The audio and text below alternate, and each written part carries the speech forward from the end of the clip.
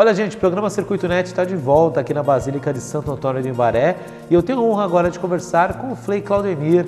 Ele está aqui na Basílica há 5 anos, faz um trabalho muito bacana e a gente vai ter esse bate-papo com ele aqui para falar um pouquinho da vida dele e um pouquinho também da história de Santo Antônio. Frei, é um prazer falar com você. Para a gente é sempre uma oportunidade de poder fazer com que tudo que nós temos aqui de arte, de história, e também tudo o que significa a Basílica de Santo Antônio para a cidade de Santos. Mas vamos falar da história do Frei. Eu quero saber, o senhor começou desde cedo, desde 17 anos o senhor começou a falar, que entrou nesse mundo católico, começou a estudar isso. Conta um pouco para nós como é que foi essa passagem da sua vida. A minha família ela é uma família católica, sou do interior do estado de São Paulo, de Birigui, e amadureci a minha vocação, participando sobretudo de atividades pastorais da igreja, grupos de jovens.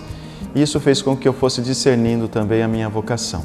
Aos 17 anos eu fui acolhido pela província dos Frades Capuchinhos de São Paulo e entrei para a ordem. E isso já faz um bom tempo, já tem mais ou menos uns 20 anos que isso aconteceu. E eu, com 17 anos, então, fui para Piracicaba, fiz minha filosofia lá e depois disso, meu noviciado em Campinas. A minha teologia eu fiz em São Paulo, no Ipiranga. Depois disso, eu fui enviado para Taubaté. Taubaté também fiquei um tempo trabalhando na formação de outros frades. E depois disso, eu fui enviado pela minha província para a Suíça, onde eu fiz o meu mestrado em teologia. Morei algum tempo lá. Voltando, fui transferido então para Taubaté. Morei em Taubaté 3 anos e estou em Santos há 5 anos. Aqui foi algo bem diferente do que eu já tinha feito anteriormente. Foi a primeira vez que eu assumi como pároco. Cheguei muito novo aqui. Eu cheguei a Santos, eu tinha 32 para 33 anos. Então isso fez com que eu tivesse que aprender muito com as pessoas que já estão há muitos anos aqui. A presença do Frei Guilherme e do Frei Calixto, que são 2 frades já bastante experimentados na vida, me ajudaram bastante.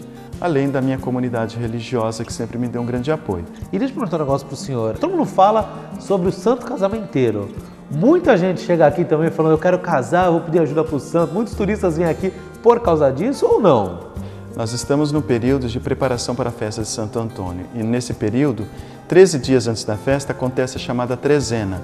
São orações que são feitas a Santo Antônio pedindo a intercessão por uma causa, uma graça que a pessoa queira alcançar. E muitas das pessoas se sentem motivadas nesse período para conseguir um bom casamento, vamos dizer assim, para que Deus conceda um bom companheiro, uma boa companheira pela intercessão de Santo Antônio. A tradição de se ter Santo Antônio como intercessor dos bons casamentos, vamos dizer assim, foi porque quando na cidade de Pádua, Santo Antônio intercedeu por um casamento que na época a noiva estava apaixonada por uma pessoa e essa pessoa não tinha condições de pagar o dote. Santo Antônio, então, por meio de um milagre, conseguiu o dinheiro que era necessário para que o rapaz se casasse com a pessoa que realmente ele amava e que fosse correspondido. Daí surgiu, então, a tradição de pedir a intercessão de Santo Antônio pelos casamentos. O modo como as pessoas se relacionam com Santo Antônio, devido às grandes superstições que surgiram em torno de Santo Antônio, dessa devoção, então as pessoas se sentem muito familiarizadas com ele, né? Então tem pessoas que acabam tendo a imagem de Santo Antônio, escondem o menino Jesus e depois fazem orações que só vai devolver a imagenzinha para a imagem do Santo Antônio, caso alcance a graça. Então existem várias devoções e superstições em torno da figura de Santo Antônio pela familiaridade que as pessoas estabelecem com ele. No dia 13 também tem muita gente que pega o pão e tem aquela ideia de colocar, até minha mãe faz isso, colocar no balde do arroz, tem aquelas superstições, isso é viável? O pão está ligado ao pão dos pobres, né?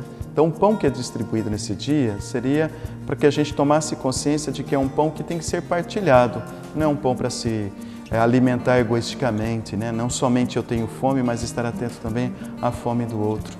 Por isso o pão que é abençoado, as pessoas elas levam aos doentes, elas levam as pessoas que estão impossibilitadas de estar participando nesse dia da festa de Santo Antônio e também a tradição de se colocar o pãozinho onde as pessoas conservam os alimentos, para que não falte jamais o pão à mesa das pessoas para que também tenham a dignidade de se alimentar e de partilhar com outras pessoas. Para a gente finalizar, Frei, vamos falar do busto, né, a imagem de Santo Antônio. Parece que ele está aqui na igreja, né, junto com a gente na Basílica, né? Nós devemos essa graça assim a duas pessoas, né, que são cientistas, e também ao Fernando Gregório, primeiro ao Dr. Paulo Miyamoto e o Cícero Moraes, que foram eles quem nos procuraram para fazer a doação do busto. Nunca imaginei que isso pudesse acontecer conosco. Quando fiquei sabendo que o ano passado o busto foi entregue à Basílica de Santo Antônio em Pádua, nós ficamos muito felizes e acompanhamos a entrega desse busto lá. Sabíamos que eram brasileiros que estavam à frente dessa pesquisa. Quando o Fernando Gregório, que é o ministro da Ordem Franciscana Secular, me procurou e disse que eles tinham a intenção de fazer também, presentear a Basílica e fazer esse presente à Basílica com um busto idêntico ao que há em Pádua, aqui para a Basílica de Santo Antônio do Imbaré, em Santos. Revelar a face de Santo Antônio é revelar o rosto de mais uma testemunha de Jesus Cristo. Quero agradecer a sua participação junto com a gente. Obrigado. Foi um prazer falar com o senhor. Sucesso aí na sua carreira, sucesso para a Basílica. E pode contar para a gente com o que precisar, que a NET estará presente aí. A Basílica é a nossa casa comum, então serão sempre muito bem-vindos. E agradeço a oportunidade também de poder conversar contigo e de poder falar um pouco da Basílica, falar de Santo Antônio, falar da fé cristã, a oportunidade que vocês nos oferecem. Deus os abençoe e bom trabalho a vocês. O que acontece é que eu presto serviço para uma empresa, né, de arqueologia na Itália. Eu fui contratado em 2013, no final de 2013, para fazer 5 reconstruções históricas e 22 voltadas à evolução humana. Eu não sabia de quem se tratava essas 5 reconstruções. Eles enviavam um crânio digitalizado para mim. Depois que eu terminava a reconstrução básica e o Dr. Miyamoto, a gente precedia com a reconstrução, eles enviavam a identidade, né, do indivíduo. O primeiro crânio que nós reconstruímos se tratava de um homem caucasiano de 30 a 40 anos. Eles enviaram o crânio, nós procedemos com a reconstrução. Assim que nós terminamos e enviamos a face básica para eles, eles nos informaram que se tratava de Santo Antônio de Pádua. Então foi uma honra inefável para a gente.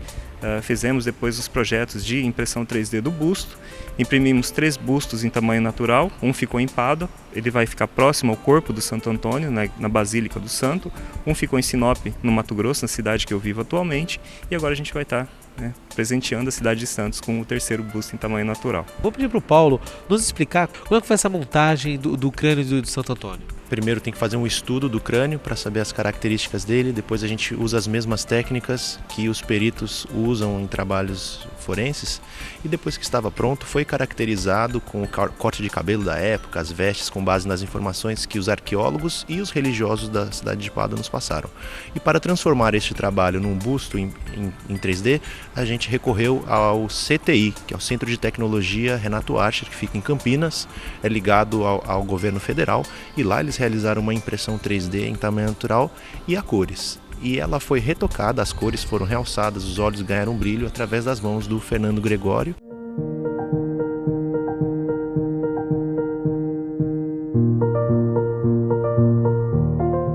Olha, gente, nesse passeio aqui com a vovó Sabitura, a gente chega na última parte da igreja, que é a parte do canto. Minha voz está até ecoando aqui, eu estou falando baixo, mas ela está ecoando, e uma toda acústica separada e reservada para o canto da igreja, né? Isso, essa aqui é a parte do coral, né?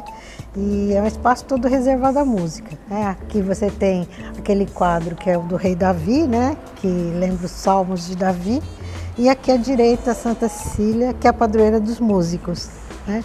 E aqui em frente esse órgão de tubos fantástico, que tem 3.780. Atualmente o órgão está desativado. Gente, aqui de cima a gente vê, olha que vista linda da igreja.